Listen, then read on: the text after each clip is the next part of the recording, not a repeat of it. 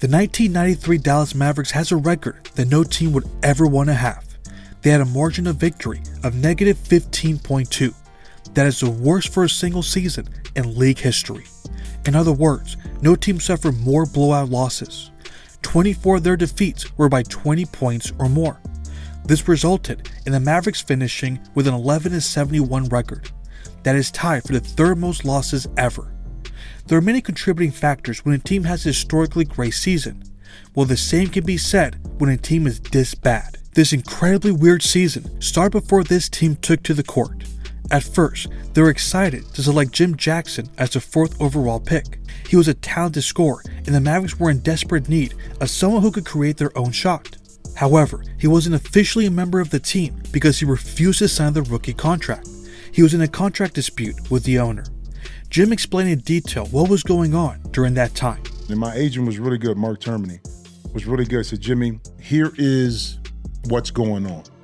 Here's how it will affect you if you sign the deal they want down the line. Not just today, but how it affects you down the line and how it affects next year's 4th pick, which was Jamal Mashburn, because the market is thrown off.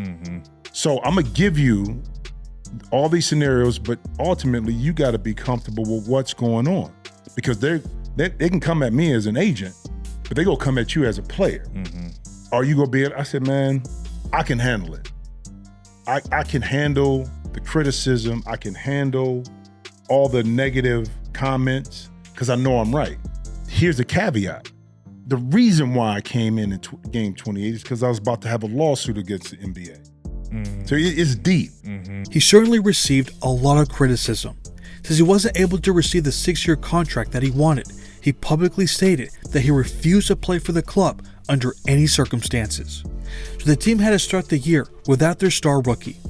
Then there was Fat Lever, who suffered a knee injury that sidelined him for the entire season. It was already not looking good for a team that finished with 22 wins in the previous year. Whether they were ready or not, it was time to start the season. And this was the team that was thrown out there for the season opener. You had point guard Derek Harper, a highly respected player who played a major role in many of the winning seasons they had in the late 80s. Certainly not a bad start, but it goes downhill from here. There was Walter Bond, the undrafted shooting guard who only played 3 seasons before he was out of the league. Next up, Brian Howard, the undrafted small forward who was acquired in the middle of the 1991-92 season. This would end up being the final year of his short career. Then there was a power forward, Doug Smith. He was a 6th-round pick in the 1991 draft. Even though he was in his sophomore season, he was already considered a bust. He only played in 5 total seasons before he was out of the league. And lastly, the rookie Sean Rooks. He was a 2nd-round pick who had a respectable career. He played in 12 seasons. However, he was usually coming off the bench. But for this team, they needed him to start. That's how short in talent they were. In fact, 8 of their top 11 minutes leaders had come into the season with no more than 1 year of prior NBA experience.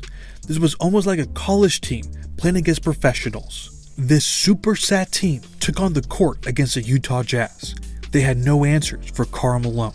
He had 31 points on 72% shooting and 12 rebounds. They ended up losing by 16 points. For most teams, it's an embarrassing blowout loss. For this team, it was a normal night. If you were a superstar, you look forward to playing the Mavericks. Not because you were going to have a big night, but because you were going to do a lot of resting. The games wouldn't be competitive for them to play long enough to hit career numbers. Take the Chicago Bulls, for example. In their first matchup, they lost by 35 points. Michael Jordan only played 27 minutes and had 15 points. In their next matchup, he didn't even play, and they still lost by 28 points. In the 4 times Charles Barkley played against them, he only scored over 20 points once. Patrick Ewing only played 18 minutes in their 20-point beatdown. This was a trend that lasted the entire season. No one took them seriously. But then there were teams that wanted to make an example out of them. Take Latrell Sprewell and the Golden State Warriors. They destroyed them by 41 points. The Warriors only won 34 games that year, but you would have thought that they were one of the top teams in the league that night. But nothing was worse than what the Sacramento Kings did. They suffered a humiliating 58-point defeat. Mitch Richmond led the way with 22 points on 9 of 11 shooting, but he only played 21 minutes. It was mostly the bench that did most of the damage. May I remind you that the Kings only won 25 games that year, but they looked like a championship contender against Dallas. As the season progressed, the main storyline surrounding this team was whether they would have the worst record in league history. They started out suffering a 12-game losing streak, then they lost 15 straight. Shortly after, they had a 19-game losing streak. With 20 games left in their season, they had a 5-57 record. All the talk was warranted. Could you imagine being in that locker room after suffering one embarrassing loss after another?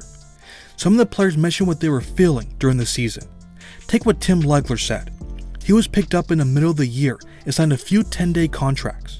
He mentioned that there was a lot of tension on the team. He added that every time you took on the court, everyone expects you to fail. Then there was Derek Harper.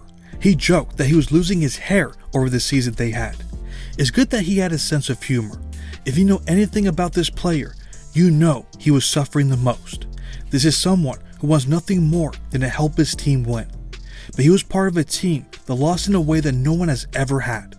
Throughout the season, there are 55 games where they lost by a margin of at least 13 points. No one else has ever had more than 41. There's not a single team that's had more blowout losses. He must have been wondering, what happened to this team? Who was to blame for this atrocity of a season?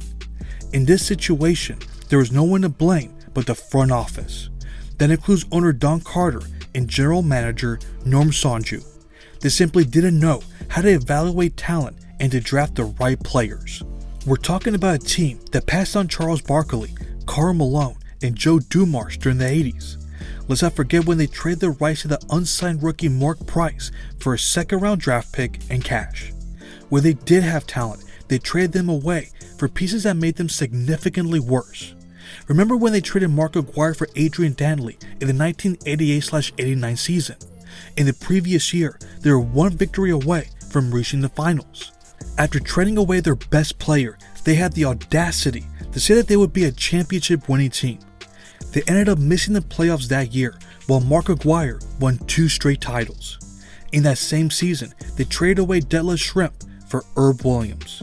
At that point in his career, he was nothing but a backup center. Remember how great Del Ellis was? He didn't start playing at an all-star level until he was traded by Dallas. And guess who they received for one of the greatest shooters of the 80s and 90s? Al Wood. He literally played 54 games with the Mavericks and then was out of the league. They had no one to blame but themselves. This was a result of a team making one horrendous decision after another. When the front office doesn't know what they're doing, this is what happens, and it was ugly to watch. Tim Legler once told JJ Redick what the mood was on the team as the season progressed. At that point, you kind of know your season's cooked and you're really just playing for like personal pride and to try to establish yourself, and the organization's making whatever decisions they are. But here's the thing. You're still kind of showing up every night. You know, it's a little bit lighthearted. You know you're not very good, and you're just going out there and playing loosey-goosey because you got nothing to lose until, JJ, you start getting into that territory where you're talking about record-setting ineptitude. Okay, when that starts becoming a topic of conversation with the media and national storylines, you're putting on SportsCenter, they're talking about this every time you lose a game, then it starts to feel a little bit like kind of like panic mode is setting in, because you have a feeling. I mean, you might be on a roster that ends up winning less games than any team in the history of the league. He said it best. You don't want to be a part of a team that had the worst losing season in league history. In the 80th game of the season, they lost to the Denver Nuggets by 25 points. They had a 9-71 record. If they lost the last 2 games, they would be tied for the all-time record. Their next opponent was the Minnesota Timberwolves. They only won 19 games that season. This was their chance to avoid complete disaster at home. The rookie Jim Jackson was back for the final 28 games, and he had his best game of the season. He had 32 points on 52% shooting. Behind his season-high performance, the Mavericks won by 3 points. They avoided history. Interestingly enough, they were able to end the year on somewhat of a high note. They went to Houston and shocked Hakeem Olajuwon and the Rockets. They outscored them by 10 points in the fourth quarter, and won the game. What's even more depressing about that game is that they might have ruined the Rockets' season. If they had won, they would have had home court advantage against the Sonics in the semifinals. Since Seattle owned the tiebreaker, they had home court advantage for the series. In the end, they beat Houston in Game 7 at their home floor. The Mavericks had an impact on this season in more ways than one. They avoided the record that everyone cares about the most when looking at the worst teams in league history. But when you evaluate how the teams lost, the 1992-93 Dallas Mavericks should still be considered the worst ever. What do you think was the main problem with this team? What do you think caused the Mavericks to have such a terrible season? Let me know in the comments. Thanks for watching.